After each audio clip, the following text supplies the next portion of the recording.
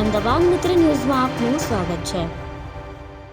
અમદાવાદ ગ્રામ્ય વિસ્તારના અગ્રણી ઔદ્યોગિક હબ ગણાતા સાણંદમાં ફરી એકવાર આગની મોટી દુર્ઘટના બની।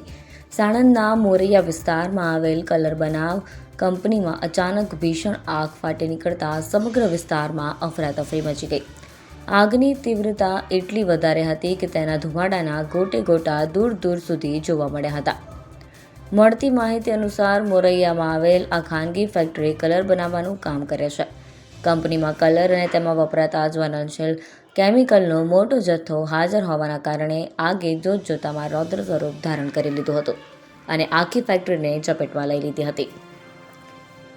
ફેક્ટરીની અંદરથી આગની જ્વાળાઓ નીકળતી જોઈ ત્યાં કામ કરતા શ્રમિકો અને આસપાસના લોકોમાં ભારે દોડધામ મચી ગઈ હતી।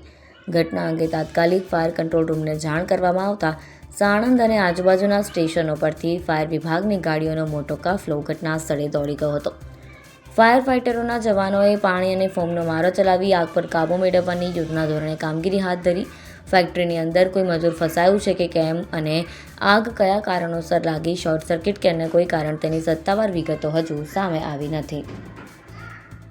અહેમદાબાદ મિત્ર ન્યૂઝની યુટ્યુબ ચેનલને સબસ્ક્રાઇબ કરો અને બેલ આઇકોન જરૂરથી દબાવો, જેથી દરેક મહત્ત્વના વિડીયોની નોટિફિકેશન તમને મળતી રહે।